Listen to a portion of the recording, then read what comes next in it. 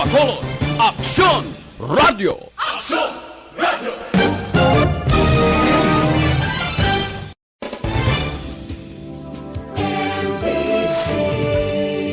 Manila Broadcasting Company. Sa balita, komentaryo, isyu, serbisyo publiko. Aksyon Radio! Sa Bacolod, Aksyon Radio! Aksyon Radio!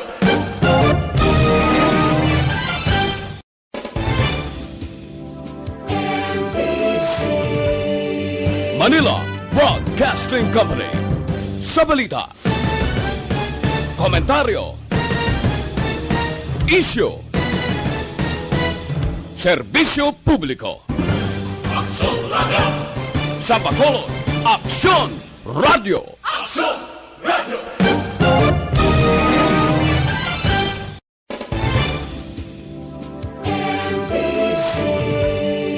Manila Broadcasting Company. Sa balita, komentaryo, isyu, serbisyo publiko. Aksyon Radio! Sa Bacolod, Aksyon Radio! Aksyon Radio!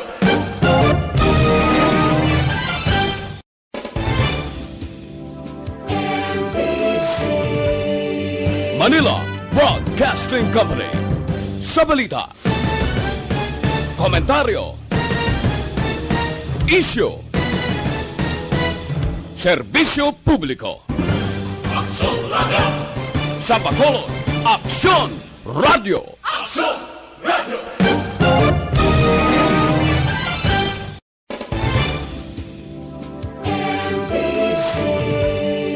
Manila Broadcasting Company. Sa balita, komentaryo, isyu, serbisyo publiko. Aksyon Radio! Sa Bacolod, Aksyon Radio! Aksyon Radio!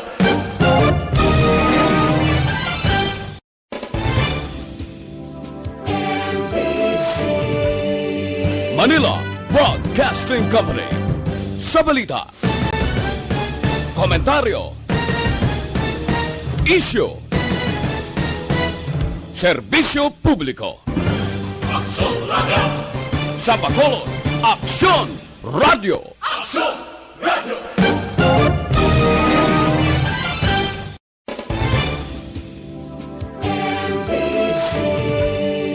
Manila Broadcast. Aksyon! Balita Evening Edition. Magadulong sa inyo sang mga nagapanguna nga balita lokal, national, international, sports, kag entertainment. Aksyon! Balita Evening Edition. Kag karon ang inyo news team. Una sa balita, una sa aksyon. Mayong gabi syudad sa Bacolod, Western Visayas kag bugos nga Pilipinas. Welcome na sa pagpangalagad sang aksyon balita evening edition.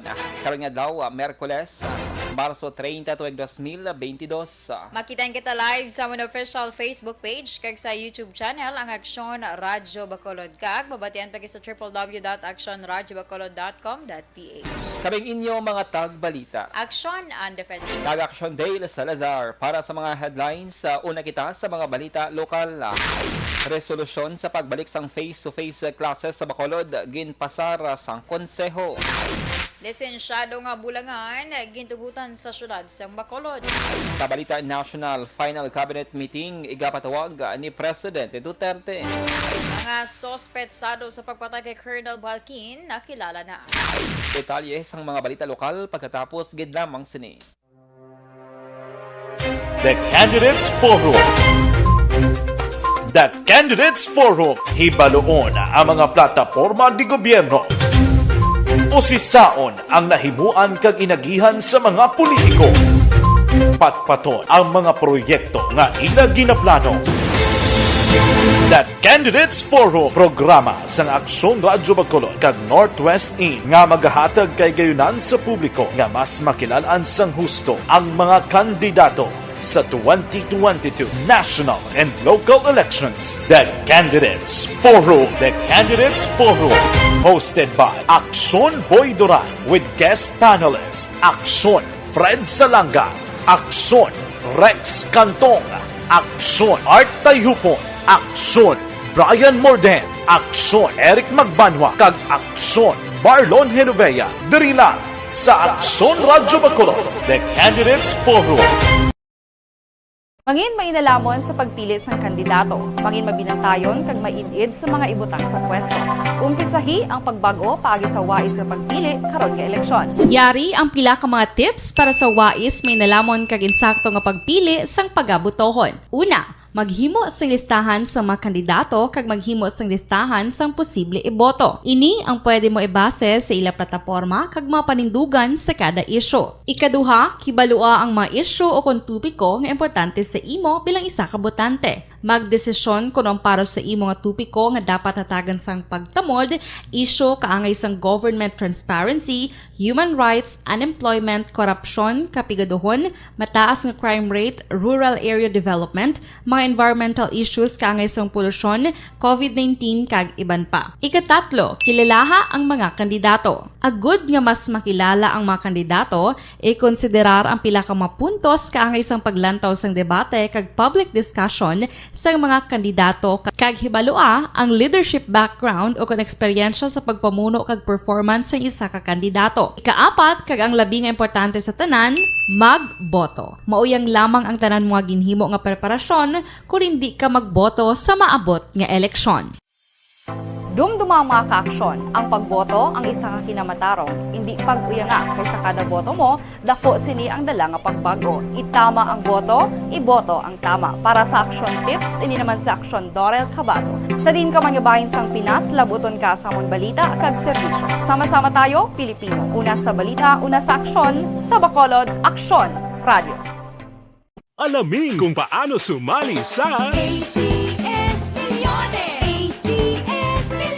isulat ang iyong pangalan, address, contact number at signature sa isang papel. Ilagay sa white legal-sized envelope kasama ang proof of purchase. At sa labas ng envelope, isulat ang promo title, produktong ginamit at ang MBC station. Pwedeng ipadala o ihulog sa drop boxes sa MBC stations nationwide. DZRH Love Radio. Yes, the best. Easy Rock, Aksyon Radio, and Radyo Natin. May weekly draws na, may grand draw pa. Hatid ng unique toothpaste, Pride Detergent, Star Wax Floor Wax, Shield Bath Soap, Smart Dishwashing, White Rose Papaya with Vitamin B3 at Charm Fabcon.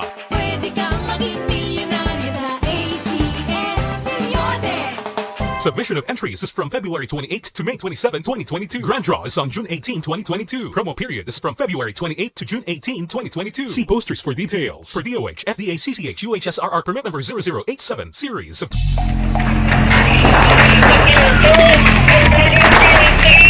Presyar na tayo! Presyar na!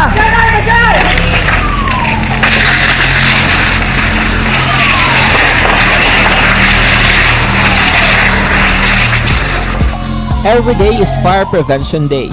Gani importante nga maihibalo kita kung paano malikawan ang sunog. Yari ang pila ka mga action tips angot sa fire prevention. Sa tion nga maghalin sa balay, siguraduhon nga naka-unplug ang tanan nga saksakan. Likawan ang octopus connection o kung ang pagsaksak sang madamo nga gamit sa isa ka outlet. Dapat wala man sang overloading sa mga saksakan kag lantawon kung masarangan ang mga appliances nga nakasaksaka. Likawan ang mga substandard nga kagamitan. Hindi pag i-charge ang gadget overnight kaang isang cellphone. Taguon ang mga posporo, lighter, kag iban pa nga flammable materials sa mga kabataan. Ag siguraduhon man nga malayo ini sa kalan. Siguraduhon man nga wala nagalik ang inyong LPG. Sa isa ka business establishment, dapat mayara sang fire extinguisher kag dapat nakahibalo ang tanan sa pag-usar sini. Hibaloon man ang expiration date sang fire extinguisher kag i-refill kung expired na. Magpreparar sang fire exit plan lagi padiri ang emergency exit o kung ang lugar nga wala sang harang nga pwede guwaan sa tion sang sunog. Dapat nakasave sa inyong mga cellphone ang mga emergency numbers nga pwede tawagan sa tion sang emerhensya. Kung nagakalayo ang imong lawas, himuon ang stop, drop kag roll. Para malikawan ang sunog, nagakinahanglan ini sang partisipasyon sang publiko. Kung nakahanda kita sa mga kalamidad, dapat preparado man kita sa sunog. Ini sa Action Dale Salazar para sa action tips nga nagapahanumdom nga maghalong sa tanan nga tion. Bangod sa pamahog sing COVID-19 pandemic, madamo sing kompanya kag local government unit ang nagpatuman sang work from home sa ilang mga empleyado. Naga-work from home kung naka-close contact sa nagpositibo sa virus o kung mismo nagpositibo sa COVID-19. Madamo sang benepisyo ang mahatag sang work from home, pero hindi naton malikawan nga ma-bored kag ma-stress bangod sa sini nga setup sa masobra na isa ka tuig nga pagpakiaway sa COVID-19. Base sa pagtuon sa United Nations International Labor Organizations, nagatugas sing stress ang tuman niya pag-usasing Sa aksyon!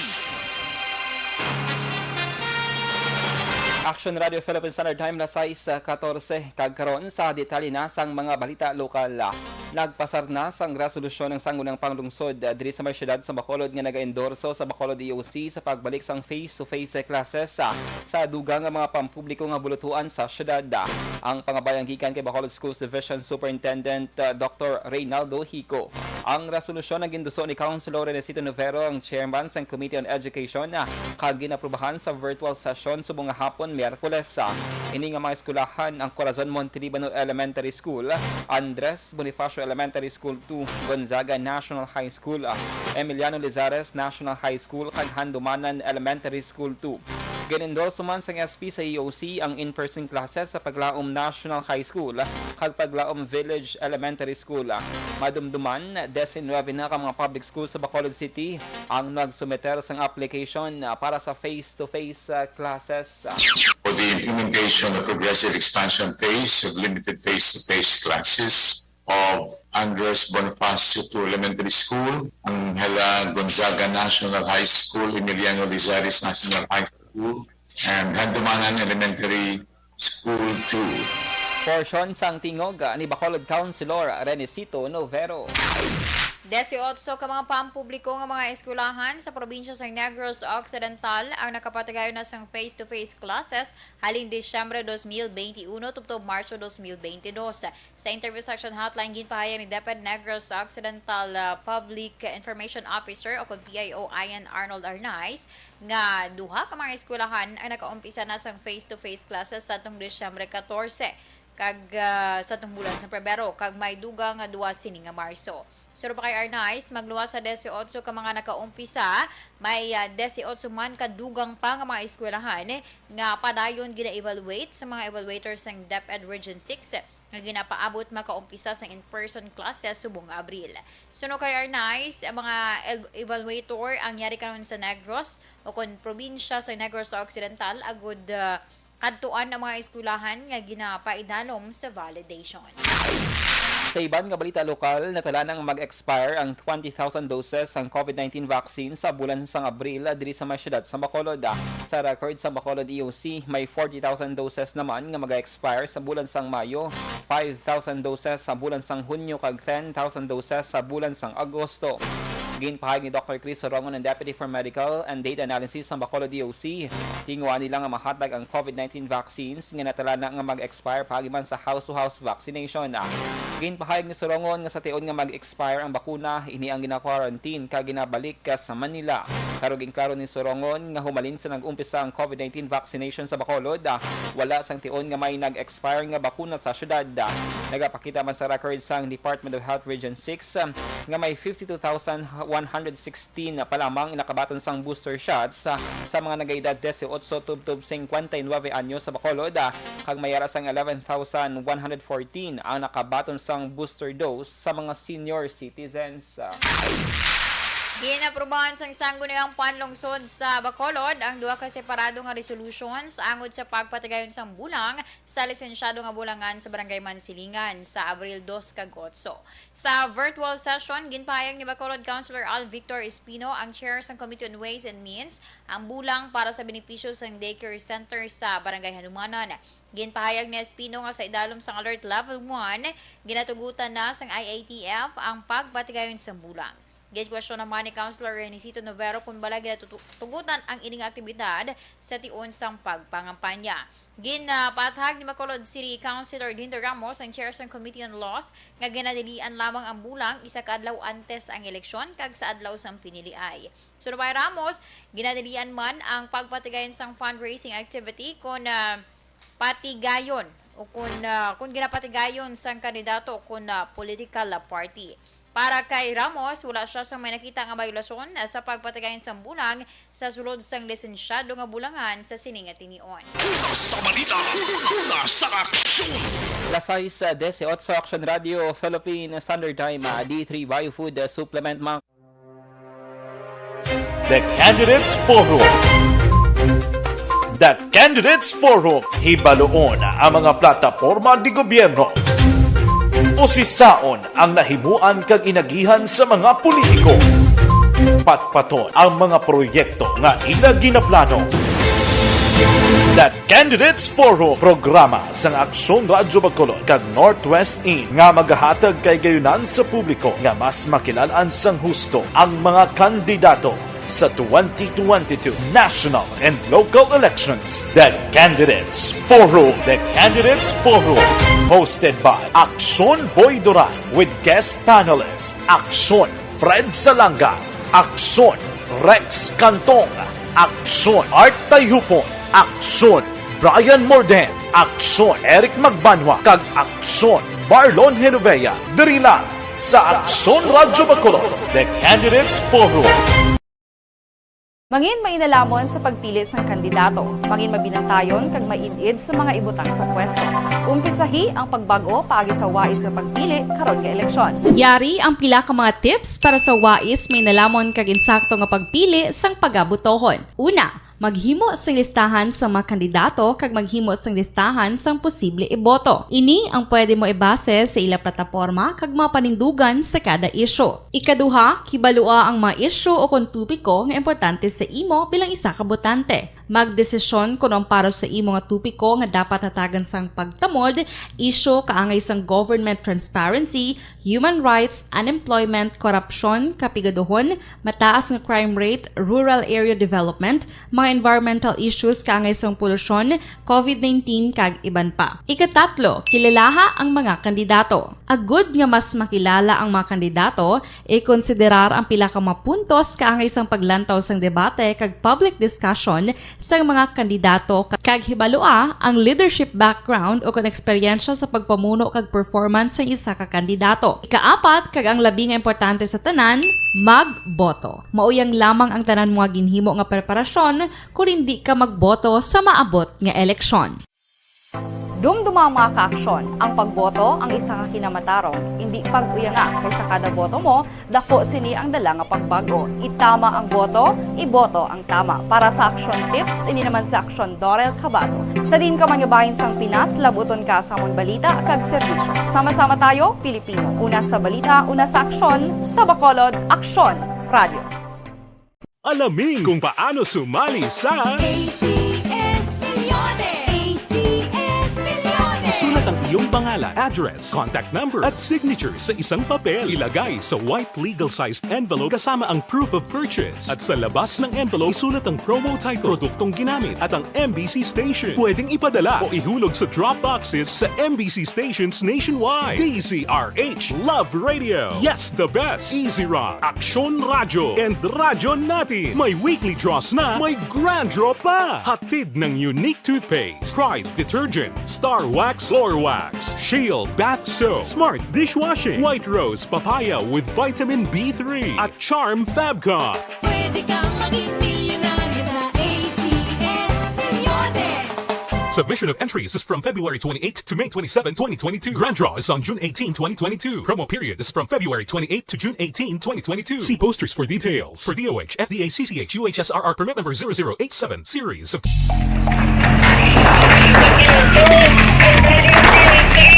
Presyar na tayo! Presyara!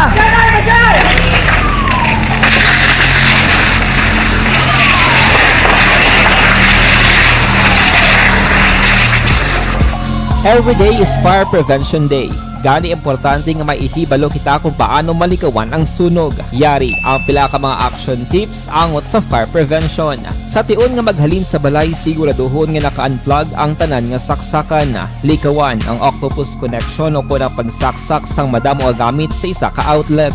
Dapat wala man sang overloading sa mga saksakan kag lantawon kung masarangan ang mga appliances nga nakasaksaka. Likawan ang mga substandard nga kagamitan. Hindi pag i-charge ang gadget overnight kaang isang cellphone. Taguon ang mga posporo, lighter, kag iban pa nga flammable materials sa mga kabataan. Ag siguraduhon man nga malayo ini sa kalan. Siguraduhon man nga wala nagalik ang inyong nga LPG. Sa isa ka business establishment, dapat mayara sang fire extinguisher kag dapat nakahibalo ang tanan sa pag-usar sini. Hibaloon man ang expiration date sang fire extinguisher kag i-refill kung expired na. Magpreparar sang fire exit plan lagi pa diri ang emergency exit o kung ang lugar nga wala sang harang nga pwede guaan sa tion sang sunog. Dapat nakasave sa inyong mga cellphone ang mga emergency numbers nga pwede tawagan sa tion sang emerhensya. Kung nagakalayo ang imong alawas, himuon ang stop, drop kag roll. Para malikawan ang sunog, nagakinahanglan ini sang partisipasyon sang publiko. Kung nakahanda kita sa mga kalamidad, dapat preparado man kita sa sunog. Ini sa Action Daily Salazar para sa action tips nga nagapahanumdom nga maghalong sa tanan nga tion. Bangod sa pamahog sing COVID-19 pandemic, madamo sing kompanya kag local government unit ang nagpatuman sang work from home sa ilang mga empleyado. Naga-work from home kung naka-close contact sa nagpositibo sa virus o kung mismo nagpositibo sa COVID-19. Madamo sang benepisyo ang mahatag sang work from home, pero hindi naton malikawan nga ma-bored kag ma-stress bangod sa sini nga setup sa masobra na isa ka tuig nga pagpakiaway sa COVID-19. Base sa pagtuon sa United Nations International Labour Organizations, nagatugas sing stress ang tuman niya pag-usar sa gadgets kangay sa cellphone kag computer. Gani, iyaring pila ng mga poslanong nga action tips sa mga nag-work from home. Una, mag-set up sa workspace sa mga balay sa tuyo nga makafocus sa imong trabaho. Ang workspace ay hindi kinahanglan nga dako ang kwarto, ang importante, komportable ka sa imong trabaho.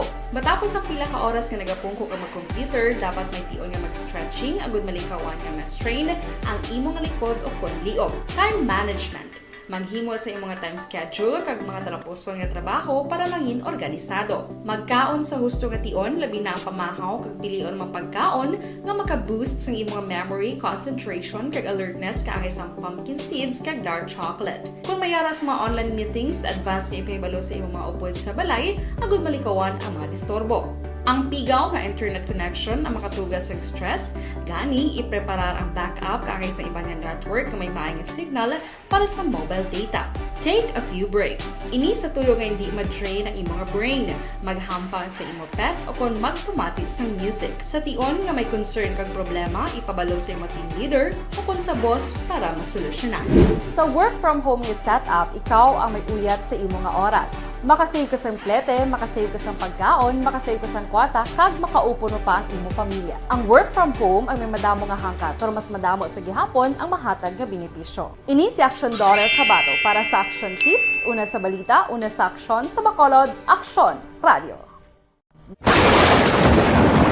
Ang elementary nga evacuation center na concern din baha man. Uy! Kaya pinagaman-amat kumansaka ang tubig. Actually, ko po Medyo mataas na ang tubig, so ginaulat natin nga pasuwag nga ng traffic or ng traffic. GTX 500 capsule mga ka-aksyon na masami ka lang. Ang elementary nga evacuation center na concern din baha man. Uy! Kaya pinagaman-amat kumansaka ang tubig. Actually, ko po Medyo mataas na ang tubig, so ginaulat natin nga pasuwag nga ng traffic or ng traffic dito sa sulod. Ang continuous range ang nag-isang factor sa pagsaka at sining tubig sa subong. Ang Pilipinas ang mayroon ng early warning system para mahibaluan ang lakat sang panahon. Gani, wala sang rason nga hindi kita makapreparar karon nga rainy season. Yari ang pila ka mga action tips nga dapat mo may baluan. Kung nagapuyo sa lugar nga masami ginabaha, mag-monitor sa balita para sa anunsyo sang pag-asa sa lakat sang panahon. Isa sa pinakapos nga pamaagi para malikawan nga magsulod ang baha sa balay among paggamit sang sandbag. Ang sandbag ang isa ka sako nga may unod nga balas nga pwede ibutang sa pertahan upon ginaagyan sang tubig para temporaryo nga makontrol ang pagsulod sang tubig sa inyong nga balay.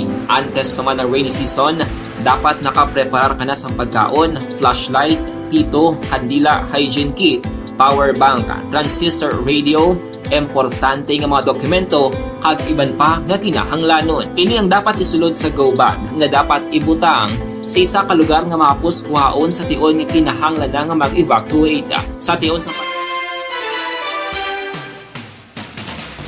Lasay sa 28 Action Radio Philippine Standard Time. Kagkaroon sa detalye na sang mga balita nasyonal. Magapatawag si Presidente Rodrigo Duterte sa katapusan ng cabinet meeting para formal nga magbiya sa iyang pwesto sa bulan sang Hunyo. Sa pagsinapolo po ng mga opisyal sang gobyerno sa may Davao, nagpabutyag ang Presidente sang pagpasalamat sa mga membro sang iya gabinete. Antes ang Mayo 9 nga piniliay, kasunod nga magatakop na ang iya sinianom katuig nga termino. Sa recorded meeting, nagpasalamat si Duterte sa mga nakaupod niya sa gobyerno.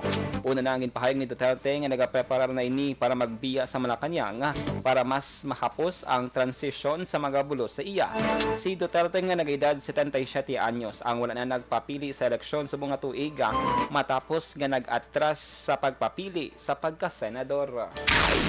Ginpahayag ni Cotabato City PNP Public Information Officer Police Major Mark Joseph Porras nga may nakumpirmar na nga sospetsado sa pagpatay kay Ade Cotabato City Public Safety Officer Colonel Roland Balkin.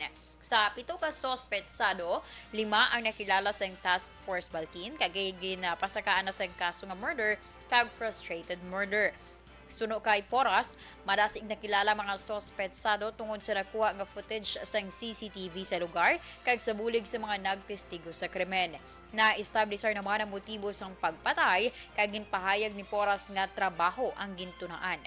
Patag ni Porras, nagtanom sang kalain sang buot ang pila ka mga persona matapos sila ginkakas sa trabaho bangod sa ginaligar kapabayaan. Sa iban nga balita national, pabor si Dr. Ted Herbosa, medical advisor sang National Task Force against COVID-19 nga butangan sang expiration date ang validity sang vaccination cards kag ilisan sang booster cards para mas mainggan ang publiko nga magpa-booster shots. Sa laging handa briefing subong adlaw ginpahayag ni Herbosa nga maayo ang vaccination record sang Pilipinas pero mayara pa lamang sang 11.8 million ka mga tawo ang nakabaton sang booster dose. Ginpahayag sang doktor nga makabulig man ini sa gobyerno para mabakuna ang mga bakuna nga manog expire na. Si Presidential Advisor for Entrepreneurship Joey Concepcion ang unang nagdusos ang sining nga proposal. Nagpabutyag sang kabalaka sa Concepcion sa manubo nga booster rate sa pungsoda kag nagsuwestyon nga matawag lamang ang persona nga fully vaccinated kung nakabaton na sang booster shot. Radyo Philippine Standard Time alas 6:31 handom ni Manila Mayor Esco Moreno Dumagoso kung mapili bilang presidente nga iprioridad ang mas madamo nga infrastructure development sa Visayas kag Mindanao agud yung mapasanyog ang ekonomiya kag makahatag sang mas inclusive kag equitable economic growth. Suno sa Action Democratico Presidential Bet, ginakalipay sini nga madamo na sa mga probinsya ang amat-amat na develop ang infrastruktura apang makitaan man nga may mga probinsya nga mas kinahanglan sang development pareho sa irrigation, farming, agriculture, fisheries o kung sa iban pa nga mga industriya nga benepisyohan. Ginpahayag ni Dumagoso nga ang iya handom nga mas mapatibong ang mga probinsya resulta sang iya nakitaan sang magbisita sa lugar nga natawhan sang iya amay sa San Joaquin nga sa subong amo ang Antique. Sa balita, sa aksyon. Philippine Standard Time na 6:32 sa inyo nabatian ang kabugusan nga mga balita sa aksyon, balita evening edition. Karon nga adlaw Miyerkules, Marso 30, 2022. Saluwat kaming inyo mga tag-balita. Action and Offensive. Kag-action day la Salazar, mga ka-aksyon sa diin kaman sa Pinas, labuton ka sang amon balita kag serbisyo. Sama-sama tayo, Pilipinas. Una sa balita, una sa aksyon, sa Bacolod Action Radio. Action!